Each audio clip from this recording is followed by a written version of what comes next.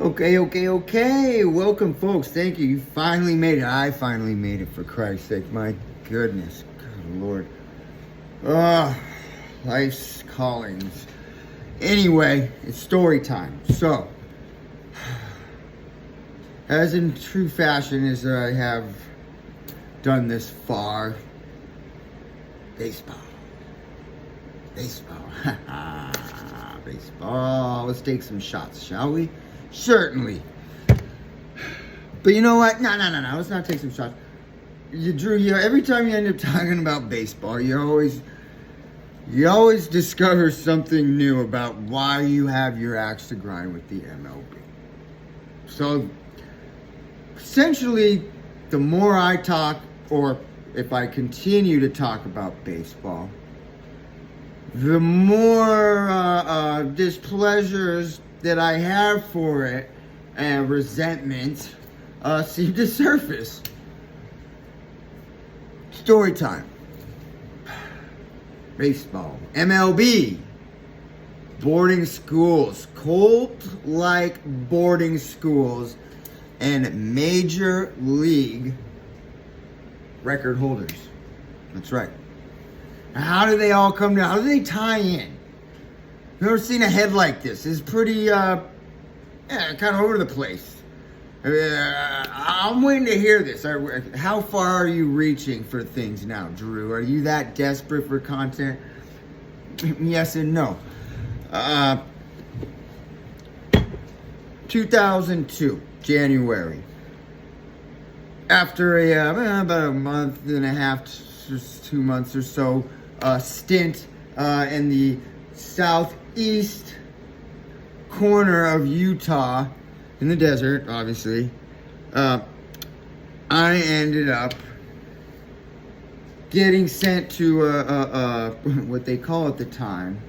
I don't know if they call them this anymore. I think it would be a good PR move to distance one's brand from this language, and that language being therapeutic emotional growth boarding school.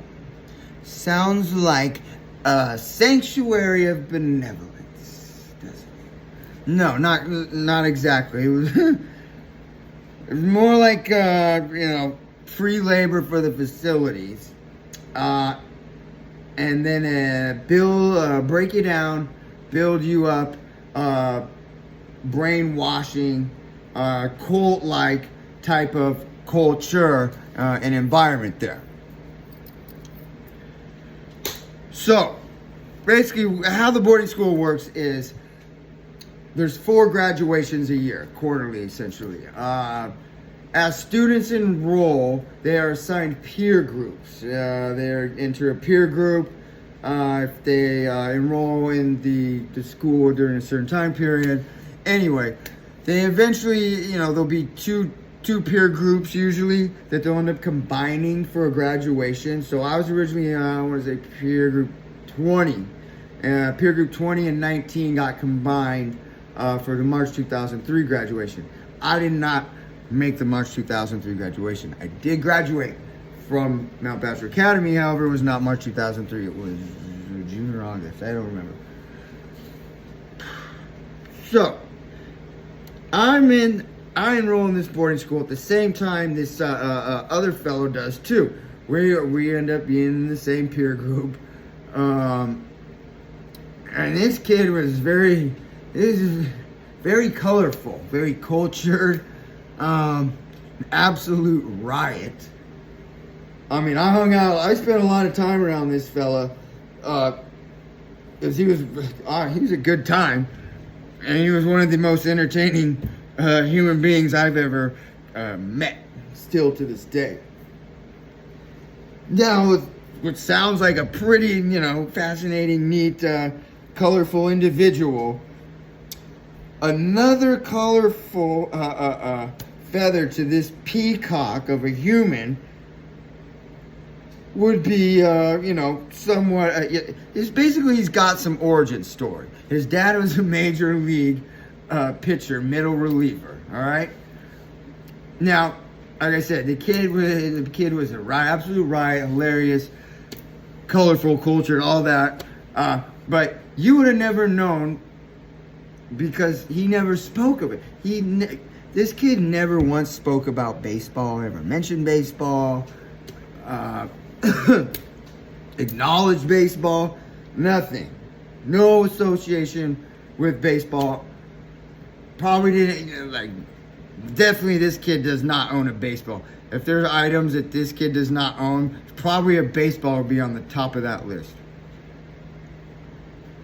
So how do I figure out that his dad is a major league pitcher, a middle reliever? Enter Tim Spurgeon. So, back to the format of the boarding school. 4 graduations per year. And they would combine a peer group, which were, the kids that enrolled around the same time, within a month or two of each other. And those kids would end up graduating together. So I was in this kid's original peer group before I ended up in another peer group. How did I find out? Tim Spurgeon, my dad. So every graduation the parents would come down, obviously, because it's a graduation. So the kids that didn't have the privileges or the access to leave campus, their parents would come up to campus, visit them, bring them some snacks, gifts, whatever, this, that, and the other. And so my dad, he's very eager to share this information with me. Yeah, that kid, what's his name? Yeah, him. His dad, hell of a nice guy. Great guy. Fantastic. I was talking to him on the treadmill. He used to pitch in the major leagues. Yeah, he put the Pirates and put it on the Cubs and yeah, he's been all over the place, man. Yeah. I was like, damn. I'm like, hold up. This guy, his dad, this kid, him over here. You're telling me his dad throws heat in the major leagues? Retired now. Yeah, his dad was a major league pitcher, a successful one, had a career, contracts, always ended up somewhere. Okay, like I said, I think he played for the Pirates, the Cubs, the Angels. I can't remember who I'm leaving out. But what, cool story, Fire. Wow, you went to school with a kid whose dad played in the major leagues. Oh, okay, so it's fascinating because his dad was a Major League Baseball player, but he never mentioned it or anything. And it was even more bewildering that you find it hard to believe because this kid has never even acknowledged or given off that he has this baseball experience in his family. And now to go to baseball experience, this kid probably knows more about baseball and has experienced more baseball than most baseball players below the professional level, that is, and coaches, trainers. That's how much this kid probably has a plethora of knowledge, a cornucopia, bountiful amounts of information on baseball. And I never even knew this kid's dad played. Dude, I would have loved to pick his brain. And I'm kind of bummed I didn't more regarding the baseball and percent. But I don't want to seem like I'm fanning out and jocking the kids nuts and only paying attention to them or treating them, special or different. Is because, your dad's a major league pitcher. All right, so yeah. Everybody knows everybody through somebody. We've all bumped and rubbed shoulders with celebrities, quasi-celebrities, people of influence, yada, yada, yada, so forth and so forth. Cool story. Wow. You went to school with a kid whose dad played in the major leagues. Neat. No, listen. Yeah, that is true. That's not that cool. But what is cool, and this is what got me, was this guy, his dad pitched an immaculate inning. And I shouldn't have to explain this, but I will, because not everybody's a Tim Kirchin-ass baseball nerd. And that's, there's another dig at baseball, another route I could go down. Baseball's fans and enthusiasts. bunch of pencil wide shouldered nerds, dude. Yeah. You are the guys that are the baseball writers of America that determine who gets in the Hall of Fame. And you kept Pete Rose out, you jerk-offs.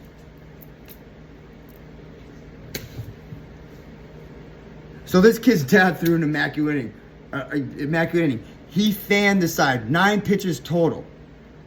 Okay? Other than pitching 1 pitch per batter, then making contact, putting the ball into the field of play, and then getting thrown out at first. This is the second most efficient way to retire a side, but also the most impressive way to retire a side.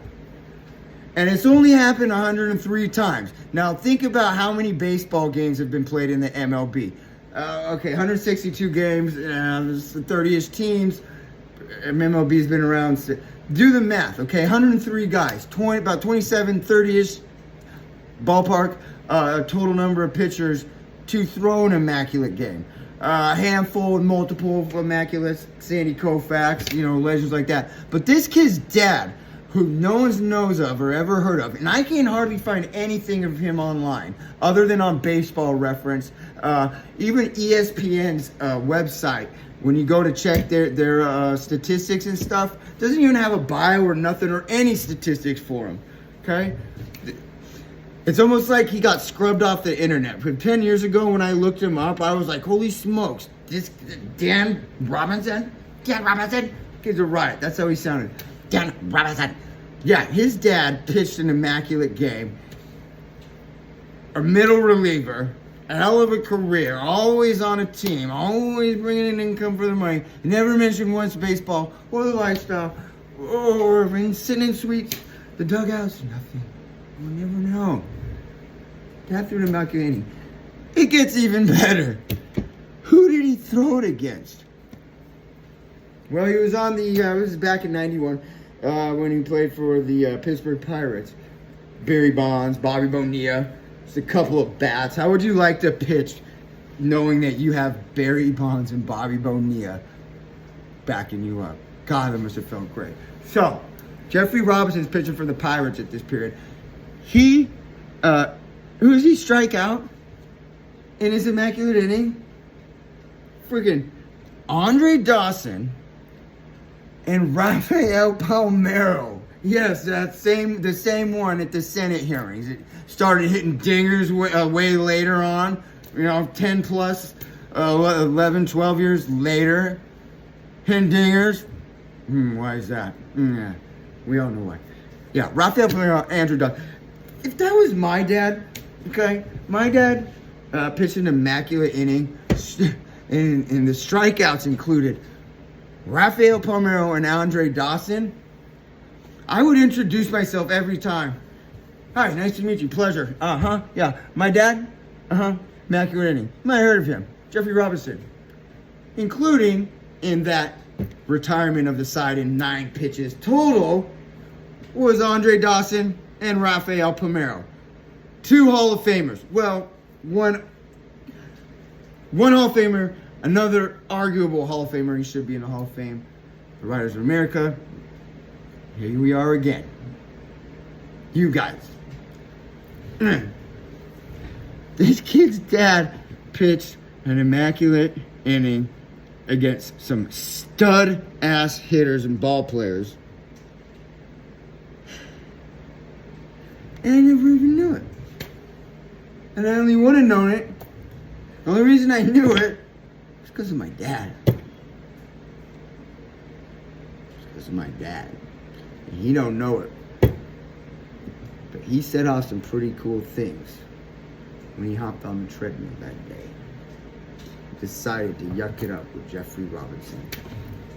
Because here's why. I'm about to take a leap of faith, a grand leap of faith. And I'm going to try and reach out to my old pal here at Mount Bachelor Academy. And I'm going to ask him if his dad, Jeffrey Robinson, immaculate inning, Jeffrey Robinson, bye-bye, Andre Dawson, bye-bye, Rafa Palmeiro. Yeah, that fella. I'm going to get him on here and I'm going to ask him a couple questions. Something that's been And a couple things that have just been on my mind that just been very curious about regarding the Immaculate Inning. So how did a Colt boarding school and an Immaculate Inning and MLB record holder come together? That's how. Me at a boarding school, another fellow at a boarding school. One of our dads was a professional baller, one of them was a professional heckler.